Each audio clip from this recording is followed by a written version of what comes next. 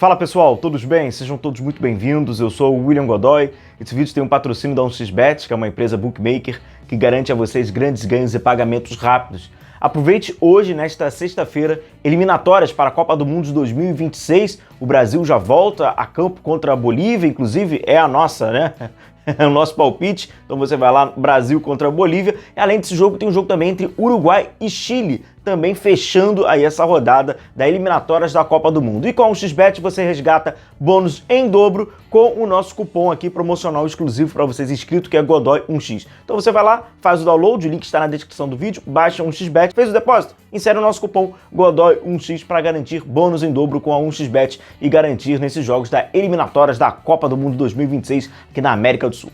Bom, galera, esse assunto sobre a presença, né, hoje do Landim no centro de treinamento do Flamengo, o Landim estando mais presente no dia a dia do Flamengo, estando mais próximo, né, buscando ali um elo ali com o Sampaoli e também com os jogadores.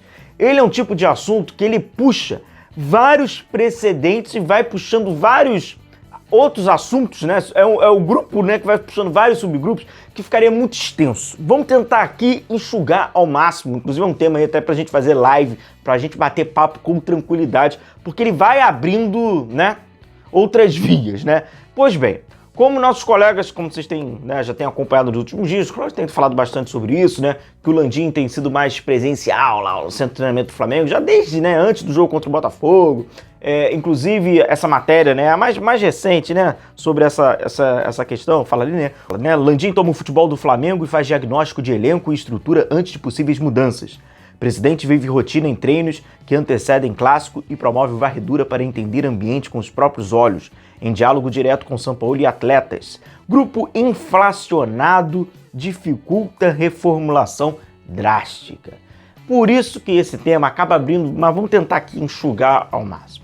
Bom, então, né, diante de todo o fracasso, e a gente tem que falar o português claro, diante de todo o fracasso do Flamengo até então, nessa temporada de 2023, começando pelo patético planejamento do Flamengo para jogar o Mundial, para competir o Mundial, então já tá vindo lá de trás. Fracassos, vem, né, fracassos esportivos, evidente, né, dentro de campo nem compete, perde jogos, uma postura subserviente, enfim, né. Chega agora, né, próximo ali ao clássico contra o Botafogo, o Landim vai, presença no CT, conversa com o Sampaoli, o caldo já tá entornando, já tá quente pra caramba pro Sampaoli, todo mundo sabe disso e tal, e aí agora vai ali tentando buscar uma reformulação, aí vai se esbarrando sobre o contrato de alguns jogadores, aí o Landim tá. Antes da gente falar sobre isso, certamente vocês vão falar, cara, isso não é a primeira vez. Godoy, não é a primeira vez que eu vejo isso. Não, não é. Aconteceu isso, inclusive, lá em 2020. Olha aqui. Landim vai ao CT e se reúne com o time e comando do futebol do Flamengo na véspera do Fla-Flu. Presidente chegou cedo ao ninho do Urubu para conversar com os jogadores. Aí também tem uma outra lá. O Landim passa a dormir no CT para analisar dia a dia do Flamengo. Aí a matéria ali foi escrita no Globo Esporte, né, pelos colegas ali, o Caio Mota. O Rodolfo Landim fará um intensivo no departamento de futebol a partir desta quarta-feira, em meio a conflitos internos, questionamentos e falta de clareza das funções de cada profissional. O Landim toma essa atitude para jogar para a torcida. Então assim, primeiro, sobre a atitude. É para jogar para a torcida. É para jogar para a torcida. Se o Flamengo vence a Copa do Brasil e o final do ano ele consegue ali, né, estancar todos aqueles problemas, né, todos aqueles ferimentos que teve ao longo do ano, tá vendo? Eu fui ali, moralizei, cheguei e tal. Então, primeiro, joga para a torcida. O segundo que a gente pode debater sobre isso não é tardio, não? Precisou ser eliminado de tudo praticamente? Não demorou um pouquinho, não? Aí a pergunta que tem que ser feita é, o Flamengo se preparou para um sucesso? O Flamengo se preparou para o sucesso de 2023? O Flamengo se preparou para estar na decisão no dia 4 de novembro no Maracanã, decisão da Copa Libertadores? A segunda pergunta é, o Flamengo está preparado e ele se prepara para um insucesso? Porque, afinal de contas, é um jogo.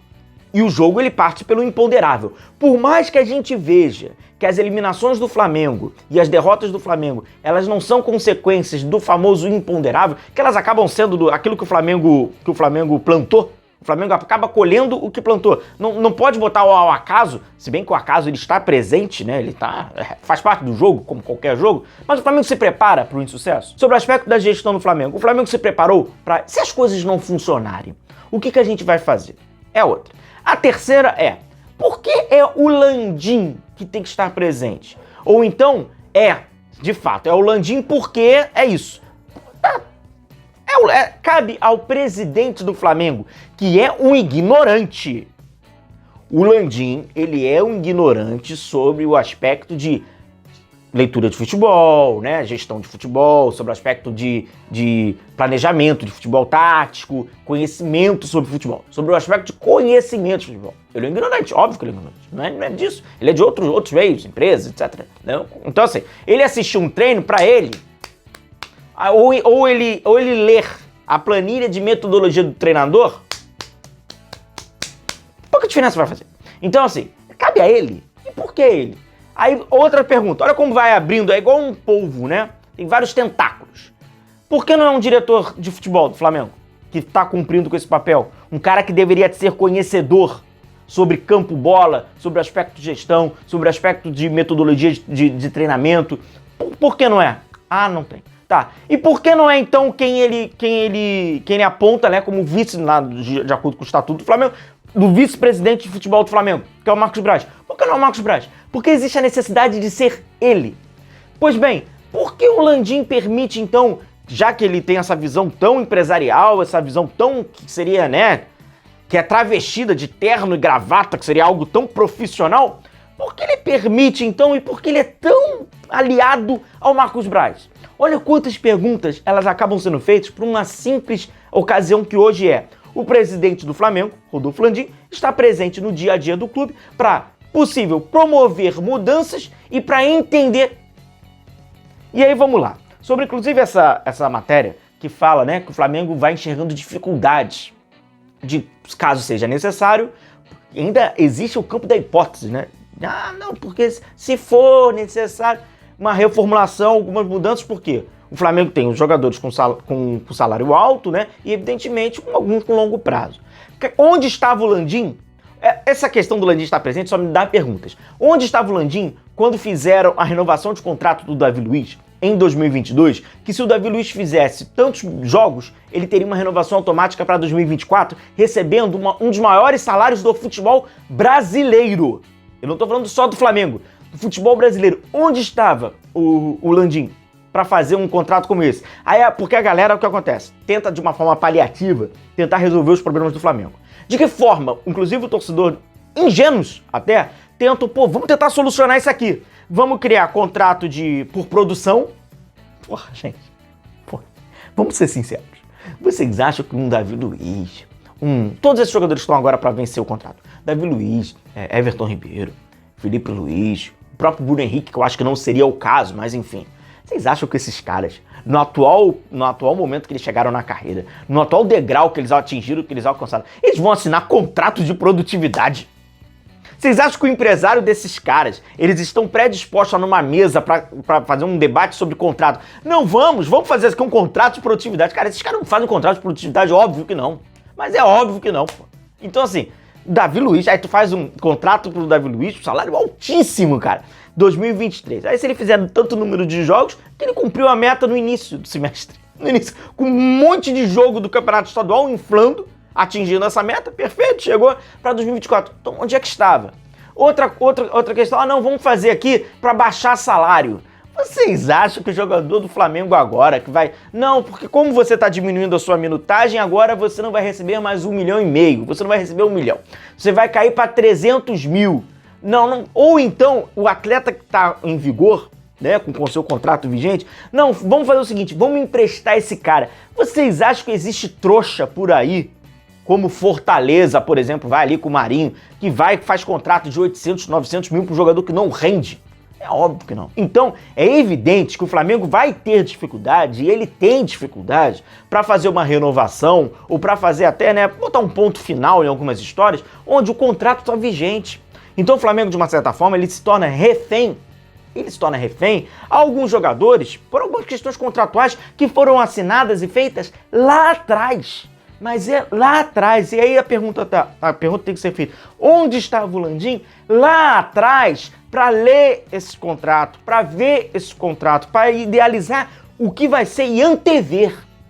A grande questão do futebol é mais do que você planejar através do óbvio, é você conseguir antever. É você antever que aquele garoto com 17 anos, ele com 22, 23 anos, ele vai conseguir dar um resultado legal. É quando você contrata aquele técnico, aí você imagina que você vai antever que com aquele modelo de jogo, com aqueles seus jogadores lá na frente, é você antever que a sua contratação não é ver o óbvio, é antever. Agora, para você antever, sobretudo alguns aspectos que passam, principalmente, cara, sobre essa linha tática, linha de modelo de jogo, metodologia, etc., você precisa ter um certo conhecimento. O Landim tem. O Marcos Braz, ele tem. O Spindel, ele tem. Fabinho e Juan, eles têm. Então, por isso que precisa ver para crer. O Flamengo não consegue antever. E muitas das vezes esse ver para crer, o Flamengo acaba pagando caro para ver o que aparentemente até pode ser o óbvio. Mas o Flamengo ele precisa ver para acreditar. Um forte abraço a todos vocês. Continue se cuidando. A gente vai se vendo por aqui. Um abraço a todos. Tchau, tchau.